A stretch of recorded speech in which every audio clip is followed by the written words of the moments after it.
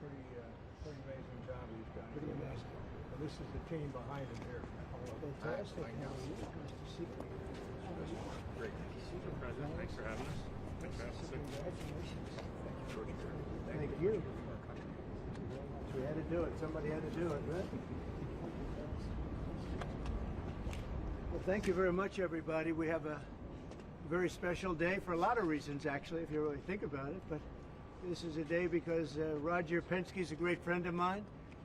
I've known him a long time. He received a few years ago the Presidential Medal of Freedom, the highest award in the country outside of the Congressional Medal of Honor. It's sort of the civilian version of the Congressional Medal of Honor. And I watched him win his 18th Indianapolis 500. And now I just said, "Did you win 19?" He said, "Well, actually, we won 20. He won 2 more since then." So that was like 5 years ago, and he won 2 more since then. And just well-deserving. If you look, Germany, Japan, the countries, they spend billions of dollars trying to win Indy.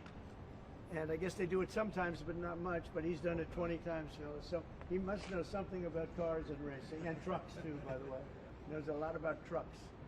But he's been a very special guy, and he's brought some of our outstanding racing champions with tremendous courage and guts and grit. Hello, fellas. I didn't see you guys over there. That's a good-looking couple of teams, too. They have a lot of courage. And we'll see you in a second. So we're joined by the 2023-2024 NASCAR champion, Ryan Blaney, and Joey Logano. That's really fantastic, fellas. That's great. You get that car going, like as an example, on average, how fast will you About go? 190. About 190, you can have it. I don't want to go, but 190, that's fantastic. And on a straightaway, you'll go how much? About 190, 200. About 190 to 200. Well, it takes a special genetic, you know that, right? It's genes. Not only it's genes, really. Most people couldn't do that. Very few people could do it. The 2023 and 2024 Indianapolis 500 winner, Joseph Newgarden. Hey, Joseph.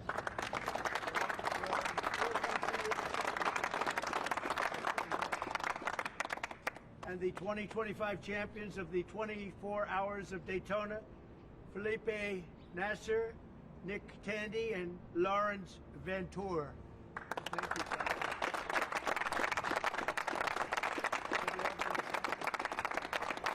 This is just a celebration of racing, and it's a celebration of Roger and his great success and his life, and these incredible champions who really do what very few people could do.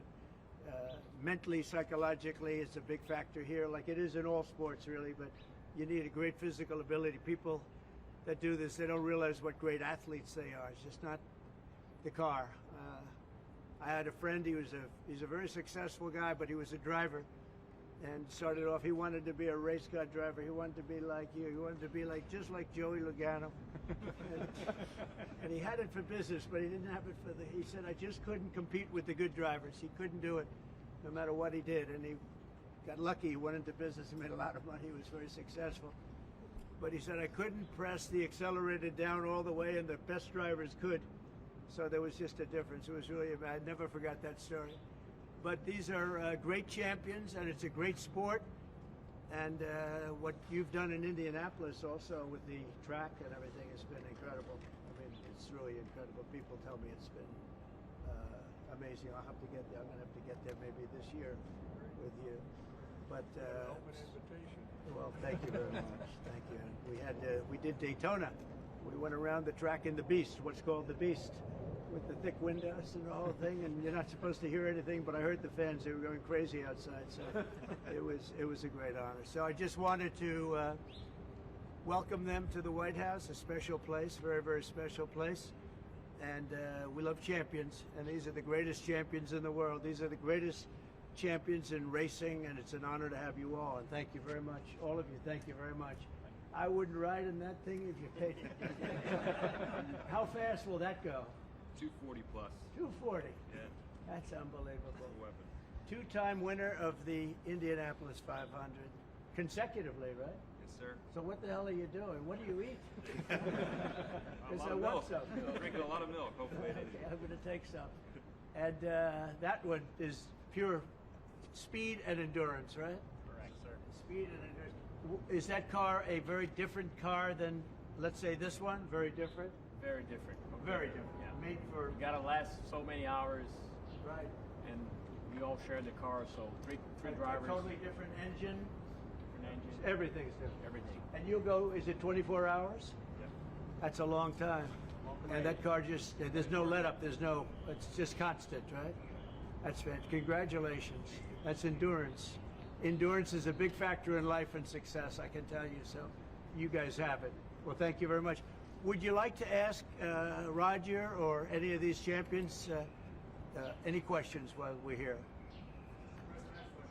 Yeah. You started the morning saying be cool, and then Be just a cool. few hours later, there was a pause put in on the tariffs. Can you walk us through your thinking about why you decided to put a 90-day pause? Well, I thought that people were jumping a little bit out of line. They were getting yippy, you know? They were getting a little bit yippy, a little bit afraid, unlike these champions, because we have a big job to do. No other president would have done what I did. No other president. I know the presidents. They wouldn't have done it. And it had to be done. What was happening to us on trade, not only with, you know, if you look at it, not only with China, but China was by far the biggest abuser in history, and others also, but somebody had to do it. They had to stop because it was not sustainable. Last year, China made $1 trillion off trade with the United States. That's not right. And now I've reversed it. It's for a short period of time, but we made $2 billion. We're making now $2 billion a day. And somebody had to do it. Roger actually said it. Charles Schwab was here a little while ago, one of the great financial people, and he said he's been waiting for 40 years for somebody to do what I did over the last month. And if you didn't do it, you wouldn't have a country. It wouldn't be sustainable. So I'm honored to have done it. And, you know, look, nothing's over yet, but we have a tremendous amount of spirit from other countries, including China. China wants to make a deal. They just don't know how quite to go about it. You know, it's one of those things they don't know how quite. They're proud people. And President Xi's a proud man. I know him very well. And they don't know quite how to go about it, but they'll figure it out. They're in the process of figuring it out, but they want to make a deal. And we have many other countries, as you know, many more than 75, and they all want to come, and they want to come here, or they'll go to Commerce, or they'll go to Treasury. We have our great senators here and congressmen. They'll call John, they'll do somebody, they'll go through somebody, but they're all calling, how do we do this? They all want to make a deal. Somebody had to do what we did, and I did a 90-day pause for the people that didn't retaliate, because I told them if you retaliate, we're going to double it. And that's what I did with China, because they did retaliate. So we'll see how it all works out. I think it's going to work out amazing. I think that our country is going to be at the end of a year or shorter, but I think we're going to have something that nobody would have dreamt possible. A man like Roger Penske, I don't want to get him in trouble with China, so I won't, but he would know that you have to, someday you have to cut the bow and you have to do what you have to do, right, Roger? And that's what I did, and I'm very happy to have done it. Mr. President, was there anyone the Prime Minister of Greece just told Breitbart's Matt Boyle that he thinks absolutely the European Union and the United States could work out a trade deal that's win-win and, quote, mutually beneficial to both sides. I agree. What do you think about the Prime Minister's comments, and do you think a deal could be struck with the European Union? First of all, I know him, he's a good man, and I appreciate his comments. Yeah, a deal could be made with every one of them. A deal's going to be made with China. A deal's going to be made with every one of them. And there'll be fair deals. I just want fair. They will be fair deals for everybody. But they weren't fair to the United States. They were sucking us dry, and you can't do that. You know, we have $36 trillion of debt for a reason. We don't have it there for fun. They have it for a reason. And people took advantage of our country, and they ripped us off for decades. I've been thinking about this for decades. If you ever saw me on television, I was young like these guys. And it was a good old days, I'll tell you, Roger. But I was like these guys, young, and I was talking about it. Nothing changed, and nothing was done about it. Then I did it. In my first term, I did it. and did it well. We took in hundreds of billions of dollars from China and others, and I started the process, but then we had to fix up from the COVID mess caused by China. We had to fix up from that, and we did a good job of doing it. And when we handed back the reins after a rigged election, and when we handed back the reins, the stock market was higher than it was before COVID coming in. So, you know, we did a great job, but we didn't have time to do the big thing, which we're doing now. And it's, you know, it's like a patient is sick, you have to do surgery. Patient is very, very sick. And Joe Biden handed us over a country that was in very serious trouble, economically and in every other way. They let China run away with things. They let other countries run away with things. And maybe worst of all, in a certain way, is what they did at the border. We had people pouring into our country by the millions. Many of them were murderers and drug lords and thieves and people from prisons from all over the world. And they were people from mental institutions, insane asylums. They were taking their mentally insane, and they were dumping them into our country. And I'll tell you, Tom Homan and Kristi Noem are doing a fantastic job in removing them. And now the courts, the Supreme Court just gave us numerous good rulings where we have to be able to get them out. You had other judges trying to take over the system. And think of it, they take over, they want these people coming back, Tren de Aragua from Venezuela, the Venezuela jails that cut off the fingers of a man in Colorado. They cut off his fingers because he called the police looking for help. They said, "Did you call the police?" He said, "Yes, I did." "Put your hand down," and they cut off the fingers. This is what they want to bring these people back now. And I want to thank the president of El Salvador for the job he's done, because that is, that's the way it has to be done. It's too bad. Yeah, please. Chuck Schumer and Nancy Pelosi, they've been talking about tariffs for decades. How come when these Democrat elites want tariffs, everything's hunky-dory, but when President Trump wants tariffs, all hell breaks loose? Do you see this double standard? I love this guy, whoever the hell that is. That's really nice. I appreciate that question. No, Chuck Schumer, Nancy Pelosi, everybody knew you had to do it, but they never had the guts to do it. It does take guts. It even takes guts for our country to go through it. That's why I say be cool. They were saying about, see, just be cool. It's going to work out. It's going to work out, and it's working out. I can tell you, working out maybe faster than I thought. But I said it's, you know, it's going to take a little conditioning. It's a transition to, it's really, I think it's a transition to greatness. It's going to be greatness. Our country is going to be, there'll be nothing like it. And people investing in our country, they're going to do better than they've ever done before. We have more car manufacturers, Roger, coming into our country now, speaking of cars. We've never seen anything like it. And they're coming in because of the election, but they're coming in because of the tariffs, because they don't want to pay 25 or 50 or whatever it may be. They don't want to pay that. They can't pay that. We had 3 cancellations in Mexico, building a plant. They're all coming into the United States. Canada, they're coming in. From China, they're coming in from everywhere.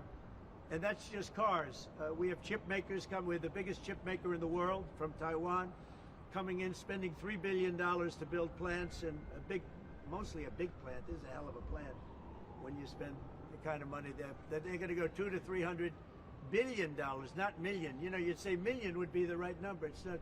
$200 to $300 billion. Think of that. $300 billion. If you look at Apple, Apple is going to spend $500 billion building a plant. They wouldn't be doing that if I didn't do this. They'd just keep building them in China.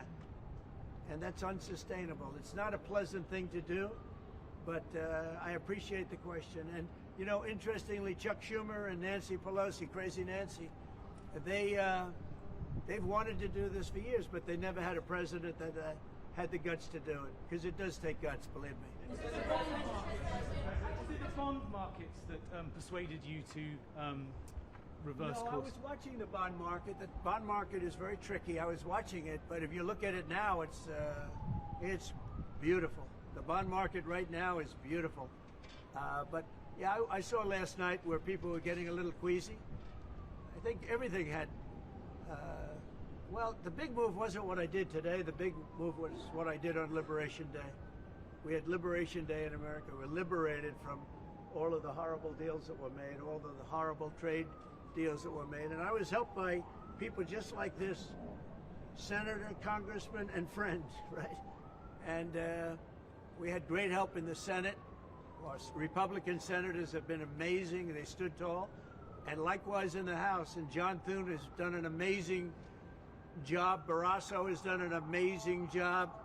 I mean, I can't think of a senator, really. We had tremendous support. We got a bill passed the other day with almost unanimous support in the Senate, and I think we're going to get that in the House too. And I have to tell you that Mike Johnson is a great speaker. He's done a fantastic job. We had a majority of 1, now we have a majority of 7. And you don't realize how big 7 is until you have a majority of 1.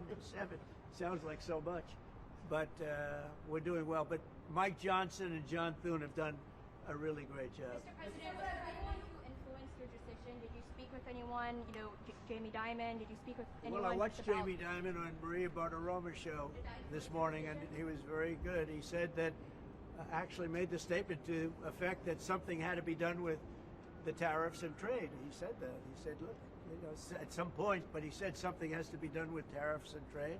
He understood it. He's very smart and very a genius financially. He's done a fantastic job at the bank. And he knows that. Everybody knows that. Anybody that's even a little bit smart knows it. It wasn't sustainable what was happening. Somebody had to pull the trigger. I was willing to pull the trigger. This should have been done long ago. Just like Biden should have stopped the border long ago. I mean, allowed 21 million people plus into our country, many of whom should never have been allowed out of prisons and jails. They came out of prisons and jails from all over the world, and now we're getting them out, bringing them back to their countries. But it's should have never been done. Yeah, go ahead, please.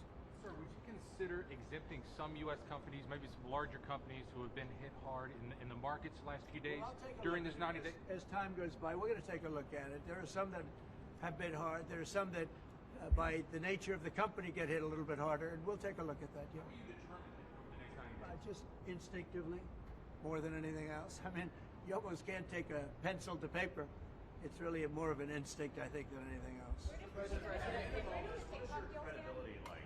Because you said that these tariffs would go in effect on Monday. You said no pause. And today there is a pause. So how can people believe your word today? It's not a question of that. You have to have flexibility. I could say, here's a wall, and I'm going to go through that wall. I'm going to go through it no matter what, and keep going, and you can't go through the wall. Sometimes you have to be able to go under the wall, around the wall, or over the wall. These guys know that better than anybody, right? You got to go around them sometimes. You're not going to go through them. So I consider, you know, I think in financial markets, because they change. Look how much it changed today. We went from, you know, pretty moderate today, but over the last few days it looked pretty glum, to, I guess they say it was the biggest day in financial history. That's a pretty big change. And I think the word would be flexible. You have to be flexible. Like he's asking the question about some companies.